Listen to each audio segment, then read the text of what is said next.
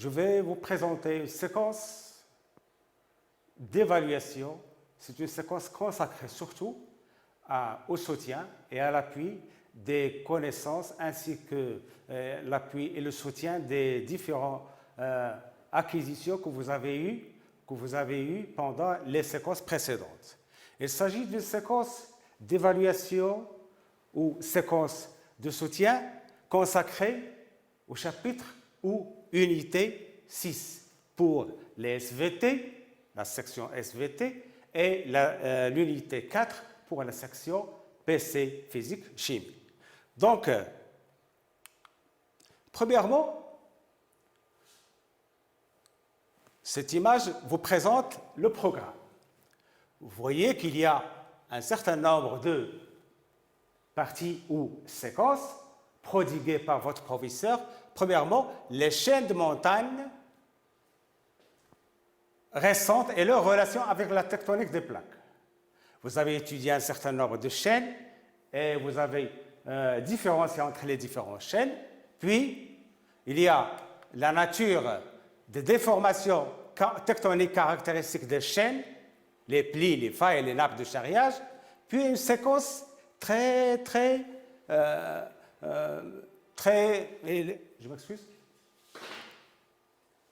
Puis, une séquence concernant le métamorphisme et sa relation avec la tectonique des plaques, elle est un peu plus longue.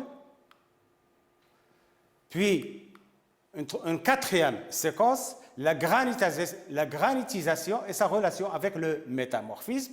Et finalement, vous allez faire le bilan, la relation entre les différents phénomènes géologiques étudiés avec la tectonique des plaques. Voilà le programme de l'unité 6 pour SVT et 4 pour PC. Passons. Comme vous savez que les composantes de l'évaluation sont, comme j'ai dit pour vos camarades de SVT en présentant la partie concernant la réponse militaire, elle est composée de deux parties. La restitution des connaissances, qui représente 25% dans l'examen, et la deuxième partie, le raisonnement scientifique et communication écrite et graphique, qui représente 75%. On va commencer notre séquence par la restitution des connaissances. Cette restitution de connaissances, elle évalue ou examine, comme j'ai dit auparavant, la maîtrise des connaissances acquises dans l'une des 6 chapitres du programme. Puis, grâce à quoi? Grâce à des tests. Parmi ces tests, il y a du QCM, il y a les questions vraies ou faux, des questions de connexion et d'appairage, Muzawaja, et des questions de classement ou classification, puis des questions à réponse courte. On ne va pas se tarder sur cela, mais on va passer directement à la restitution des connaissances et la présentation d'un exemple de test ou item qui appartiennent à cette restitution des connaissances. Définir les notions suivantes. Vous allez suivre avec moi parce que mes objectifs ne sont pas seulement la présentation d'exercices ou d'items, mais je dois me consacrer aussi sur le soutien et l'appui de vos acquis. D'accord? Donc, définir les notions suivantes. On va définir quelques notions ensemble. Mais je vais vous donner toujours un temps de latence, si vous voulez, un temps dans lequel vous allez répondre et réfléchir à la réponse. On va commencer par collision. La collision, c'est quoi? La collision, c'est un phénomène qui permet la formation de chaînes de montagnes. Exemple de chaîne de montagne formée par collision, la chaîne alpine ou la chaîne Himalaya.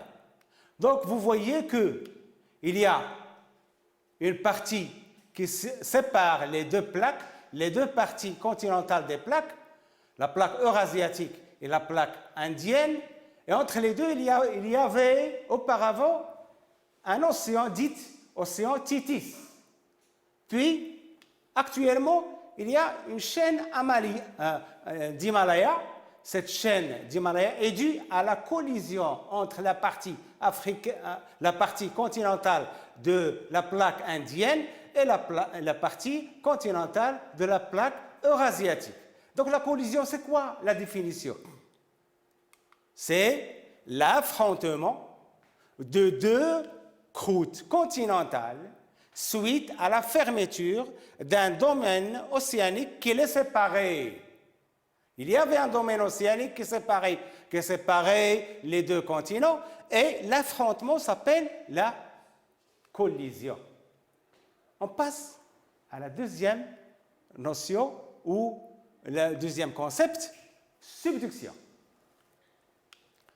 Qu'est-ce que veut dire la subduction? Vous l'avez étudié pendant la deuxième année collégiale et aussi pendant les séquences précédentes. La subduction, c'est un phénomène aussi. C'est un phénomène explicité par cette image. Vous voyez ici deux plaques. Une plaque et une deuxième plaque. C'est le cas de la partie ouest de l'Amérique du Sud, où il y a une subduction. Il y a convergence entre deux plaques, convergence océano-continentale. Donc il y a une convergence entre deux plaques. Et pendant cette convergence, on constate qu'il y a enfouissement de la plaque lithosphérique océanique sous la plaque lithosphérique continentale. C'est ça la subduction. Cette subduction s'accompagne d'un volcanisme caractéristique de cette subduction. Donc la subduction, la définition, c'est quoi? C'est un processus d'enfoncement d'une plaque tectonique sous une autre plaque de densité plus faible. Donc voilà un concept, quelque chose qui est très important. Pourquoi il y a cette convergence et cet enfoncement au-dessous de la plaque continentale? Parce que la densité, elle est grande de la croûte ou bien de la plaque lithosphérique océanique, sa densité est plus grande, et par la suite cet enfoncement peut se réaliser. Donc, la subduction est un processus d'enfoncement d'une plaque tectonique sous une autre plaque de densité plus faible. En général, une plaque océanique sous une plaque continentale. Mais on peut trouver aussi un enfoncement d'une plaque océanique sous une autre plaque océanique plus récente. Donc, c'est la subduction.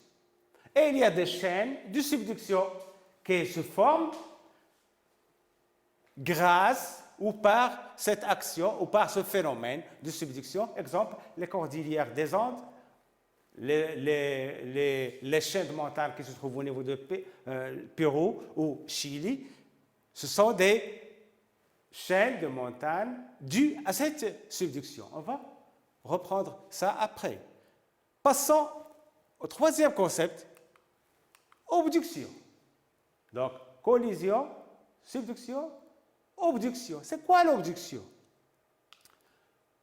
L'obduction, c'est quand la lithosphère océanique qui, au lieu d'être subductée, au lieu de s'enfoncer au-dessous de la croûte continentale, il vient chevaucher. Chevaucher, c'est-à-dire monter au-dessus. Donc, chevaucher le continent. On n'observe pas d'obduction actuellement active à la surface de la Terre. Il n'y a pas d'obduction actuellement, mais la plus célèbre des obductions est celle d'Oman. Donc, à Oman, il y a une obduction très célèbre, on va en parler après, où une portion de la croûte océanique et son manteau sous-jacent ont été charriés sur la péninsule arabique. Et par la suite, il y avait formation d'une chaîne dite chaîne d'obduction à Oman. Oman, il y a une chaîne d'obduction. L'explication de cette chaîne, on peut la présenter par ce schéma.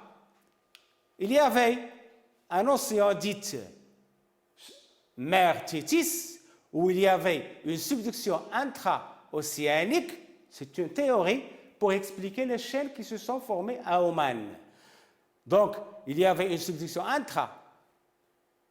intra-océanique, et par la suite, il y avait charriage de la croûte océanique au-dessus de la croûte continentale, et par la suite, il y avait formation de la chaîne d'obduction d'Oman. On va reprendre ça après si vous voulez. Donc maintenant, on va passer à un autre concept, le métamorphisme. Le métamorphisme, vous allez me demander pourquoi j'ai choisi ces différents concepts. On peut demander d'autres concepts, mais ce sont les concepts que je vais utiliser dans la deuxième partie, c'est-à-dire la partie concernant le raisonnement scientifique et la communication écrite et graphique. Donc, c'est quoi le métamorphisme? Je vais vous donner un petit moment pour réfléchir. C'est quoi le métamorphisme? Le métamorphisme, c'est l'ensemble des transformations. Donc, transformation. Quelle transformation? Dans la structure et dans la minéralogie. Dans les minéraux et dans la structure. Suivi par une roche préexistante. Donc, une roche à l'état solide. Elle peut être sédimentaire, magmatique ou même métamorphique. Et subir des transformations une transformation structurale et minéralogique à l'état solide, sous l'effet de modification de conditions. Quelles conditions? De température et pression. Donc, cette définition est très importante. Elle regroupe tout ce que vous savez concernant ce phénomène qui est le métamorphisme. C'est l'ensemble des transformations structurales et minéralogiques subies par une roche à l'état solide sous l'action des conditions de température et de pression. Passons à un concept aussi indispensable, le faciès métamorphique. Vous devez savoir qu'est-ce que ça veut dire le faciès métamorphique. Un petit moment, on passe. Voilà une image, j'espère qu'elle sera apparente. Il y a l'axe, dans cet axe, il y a la température, dans cet axe, il y a la pression, mais vous voyez qu'il y a des domaines colorés, des domaines. Ces domaines, ce sont des domaines où il y a existence d'un ensemble de minéraux qui sont en équilibre chimique entre elles. Donc, par exemple, ici, il y a l'andalosite, c'est distel. Ici, il y a la partie ou le domaine de schiste bleu. C'est le domaine d'éclogite. Un faciès éclogite, un faciès schiste bleu, un faciès schiste vert. C'est quoi le faciès? Il se caractérise par un groupe de minéraux stables. Ils sont stables dans ces conditions de pression et de température. Stables dans un intervalle de température et de pression, entrant dans la composition des roches métamorphes et qui détermine par la suite les conditions de pression et de température de la formation de ces roches. C'est-à-dire, lorsque je trouve des minéraux bien précis, je peux déduire les conditions de pression et de température dans lesquelles la roche a été formée. Donc, le faciès, on va en parler dans la deuxième partie. Exemple, faciès schiste vert, ou faciès éclogite, schiste vert, schiste bleu, caractérisé par un groupe de minéraux bien spécialisé et qui est stable dans un intervalle de temps et de pression. Passons au concept série métamorphique. Qu'est-ce qu'on veut dire par série métamorphique? Un petit moment pour réfléchir. La série métamorphique, c'est l'ensemble de roches de différents degrés de métamorphisme ou de gradients de métamorphisme, si vous voulez, dont les compositions chimiques sont voisines, issues d'une même roche mère. Donc une roche mère, par exemple, l'argile, va se transformer sous l'action de pression et de température en d'autres roches. Ces roches, elles sont différentes du point de vue du degré de métamorphisme, mais elles sont voisines en ce qui concerne la composition chimique. Et elles sont issues d'une même roche mère. Exemple, donc cela s'appelle la séquence. Voilà, je vais vous présenter une séquence. Séquence pélétique, c'est une séquence où la roche mère est argileuse. Schiste, donc l'argile peut se transformer en schiste, puis en mécaschiste, en gneiss, puis en mégmatite. C'est une séquence. C'est une séquence. Ce sont des roches métamorphiques, mais qui se forment sous l'action de l'augmentation de température et de pression, mais constituent une séquence. Séquence pélétique, il y a aussi d'autres séquences. Par exemple, la séquence carbonatée. Le calcaire peut se transformer en marbre, puis en cipollin. C'est une séquence. Il y a d'autres séquences, par exemple la séquence carbonée ou la séquence quartzite, etc., etc. On ne va pas s'en tarder. On va passer au concept série métamorphique. La série métamorphique,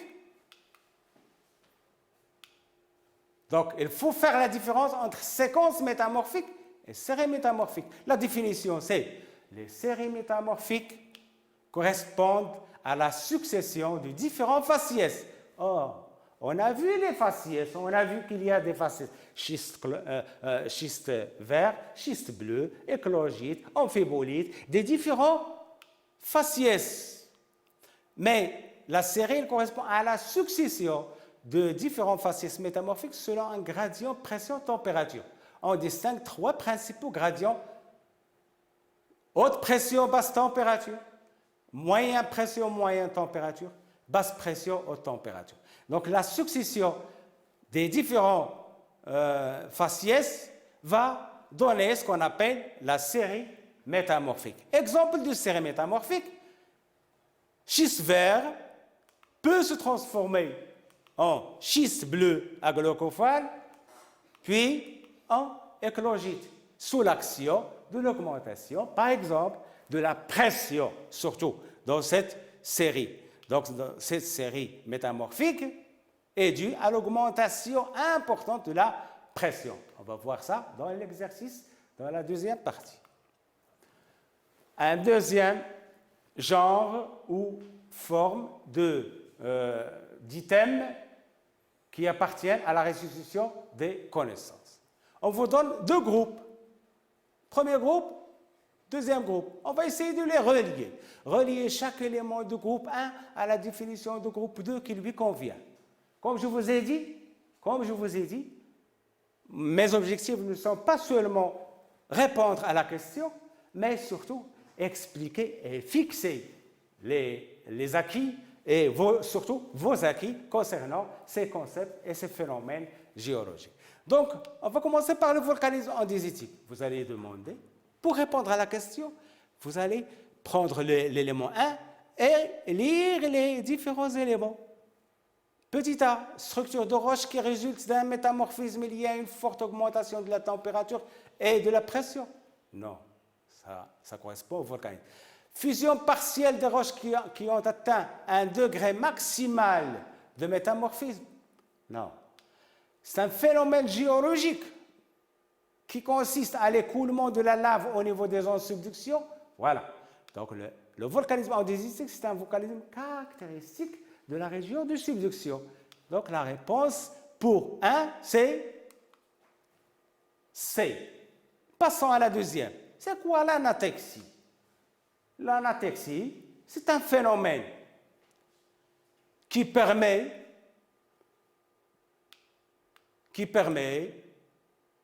la fusion partielle des roches qui ont atteint un degré maximal de métamorphisme. Un degré maximal de métamorphisme, c'est-à-dire augmentation de pression et de température, changement de la roche ou du faciès, et par la suite, on peut arriver jusqu'à un degré de métamorphisme maximal. on arrive à l'anatexie, c'est la fusion partielle de roches préexistantes. Gneiss, c'est une roche qui résulte d'un métamorphisme lié à une forte augmentation de la température et de la pression. Elle est caractéristique des régions où il y avait une collision, donc une augmentation de pression et de température. Les chaînes de collision, on trouve par exemple cette roche qui est le gneiss. Le faciès métamorphique, on l'a déjà défini, c'est un ensemble de minéraux qui caractérisent des conditions de température et de pression données. Passons à un autre type d'item. Cochez la proposition correcte. Le métamorphisme qui caractérise les zones de subduction et résulte de quoi?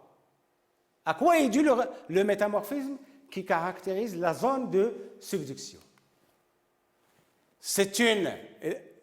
Il résulte d'une haute pression, d'une haute température, HP, haute pression, haute température, d'une haute pression, d'une basse température, HP, PT, ou d'une basse pression et d'une haute température, ou d'une basse pression et d'une basse température. Revenons à la subduction. Qu'est-ce qu'il y avait comme régime tectonique? C'est un régime convergent. Donc, il y a augmentation de la pression. Mais, pour comprendre ce phénomène, pour répondre à la question, on doit visualiser ce document. Ce document, c'est une zone de subduction ou enfoncement de la croûte océanique sous la croûte continentale. Qu'est-ce que vous voyez? Vous voyez qu'il y a des courbes. Ce sont des isothermes. Isotherme, c'est-à-dire ce point-là, il a 600 degrés. Sa température ici, 600 degrés. Mais là, la température, elle est moins de 600 degrés.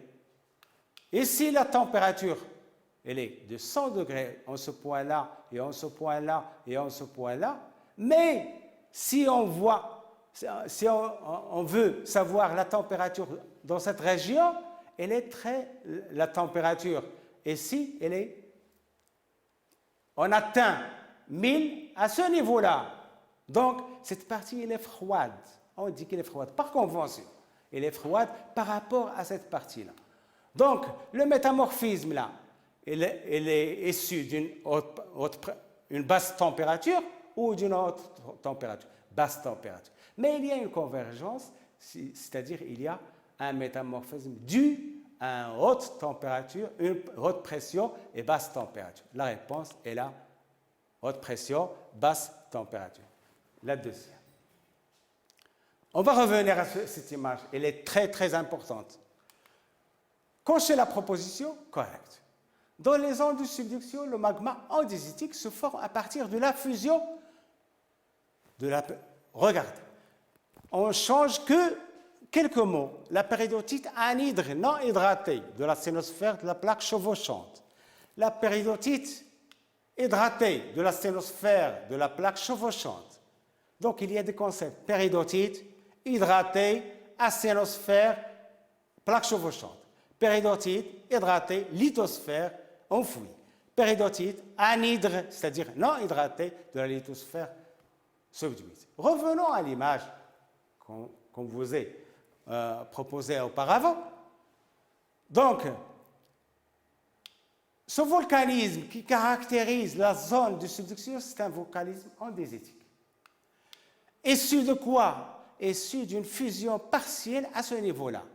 La zone de fusion partielle, où il y a des conditions qui permettent la fusion, est due à la libération de l'eau. Ce sont des molécules d'eau. Donc, cette eau va permettre la fusion de la péridotite. Donc, de la péridotite de cette partie ou de celle-là? Non, de celle-là, c'est-à-dire de la partie chevauchante. Donc, la péridotite, c'est une roche constitutive du manteau. Le manteau est formé par la péridotite. Donc, pour qu'il y ait fusion, il y a libération d'eau, c'est-à-dire cette libération est due à un métamorphisme, haute pression, basse température, qui qui permet le passage de faciès, faciès schiste vert, faciès schiste bleu, éclogite et libération d'eau, et qui permet donc la fusion de la sténosphère, et par la suite, il y a formation d'un magma dit andésitique. Donc la réponse juste est la deuxième, péridotite hydratée, c'est-à-dire où il y a de l'eau, de la sténosphère, de la plaque chevauchante. Passons toujours, troisièmement, le magma andésitique, toujours. Il se forme ensuite à la fusion partielle d'une roche nommée. Est-ce que, on l'a déjà dit, ce n'est pas l'éclogite, ce n'est pas l'argile, c'est la péridotite. La péridotite. Mais pour comprendre ce phénomène, il faut passer à ce diagramme-là. Donc, ce diagramme, il explique le phénomène de fusion partielle de la péridotite. La roche de péridotite, voilà, ici, il y a le géotherme océanique, c'est-à-dire la variation de température en profondeur sous les océans, sous le continent, mais il y a la courbe dite solidus, courbe liquidus. Pour qu'il y ait fusion, soit il y a augmentation de la température et passage de cette courbe-là, géotherme, ici, dans ce cas, il y aura une fusion par augmentation de température ou par diminution de pression au niveau des dorsales ou par hydratation. Ici, comme vous voyez, c'est le solidus hydraté, c'est-à-dire en présence d'eau, il va passer à ce niveau-là, donc il y a fusion. La fusion de péridotite permet la formation de magma andésitique. Passons, les mégmatites, c'est quoi les mégmatites? Ce sont des roches. Et ce sont des roches appartenant à une auréole métamorphique. Auréole, c'est la partie qui entoure une roche, le granit, et donc intrusif, et qui permet donc un métamorphisme, c'est-à-dire un changement de conditions surtout thermiques, et qui permettent donc la transformation des roches préexistantes. Donc, ce sont des roches appartenant à une roche auréole métamorphique. Non, ce sont des roches ayant une texture mixte, grenue et foliée, oui. Il résulte de la fusion partielle de péridotite? Non. Il résulte de la fusion totale de gneiss? Non. Donc, passons au quatrième exercice. Pour chacune des propositions, recopier les lettres de chaque suggestion et écrire devant chacune d'elles vrai ou faux. L'auréole de métamorphisme formée de roches qui résulte d'un métamorphisme régional. Faux. Les nappes de charriage, c'est un concept, c'est un phénomène géologique, tectonique, qui permet le déplacement d'une partie de roche vers d'une région à une autre. On les appelle les nappes de charriage. Il résulte d'un déplacement de formations rocheuses sur des longues distances sous l'effet de forces compressives. C'est juste. Puis, les plis et les failles inverses sont des déformations tectoniques caractéristiques des zones d'affrontement entre les plaques lithosphériques. C'est juste. La schistosité, c'est un phénomène qui correspond au changement de structure lié à la pression et la température. C'est une structure caractéristique des roches métamorphiques qui apparaît dans les conditions extrêmes de métamorphisme. Non, c'est faux, parce que dans les conditions extrêmes du métamorphisme, il y a la foliation comme structure métamorphique. Répondre par vrai ou faux, la dernière, je pense, la dernière question. La croûte océanique est formée de granit et de gabbro. C'est juste. C'est faux? Non. C'est faux. Parce que la croûte océanique est formée par de basalte tholéitique et de gabbro. Au niveau des zones de subduction, les foyers sismiques se répartissent selon un plan oblique au-dessous de la plaque chevauchante. C'est juste. C'est ce qu'on appelle le plan de Benioff. C'est-à-dire où il y a un certain nombre de foyers sismiques, depuis ceux qui se trouvent qui sont proches de la surface et ceux qui sont très enfoncés à l'intérieur. La chaîne de subduction résulte de l'enfouissement d'une plaque océanique sous une plaque continentale. C'est faux. La chaîne de subduction, comme on a déjà dit, elle résulte de chevauchement d'une plaque océanique sur une plaque continentale. Un pli-faille résulte d'une faille suivie d'un pli.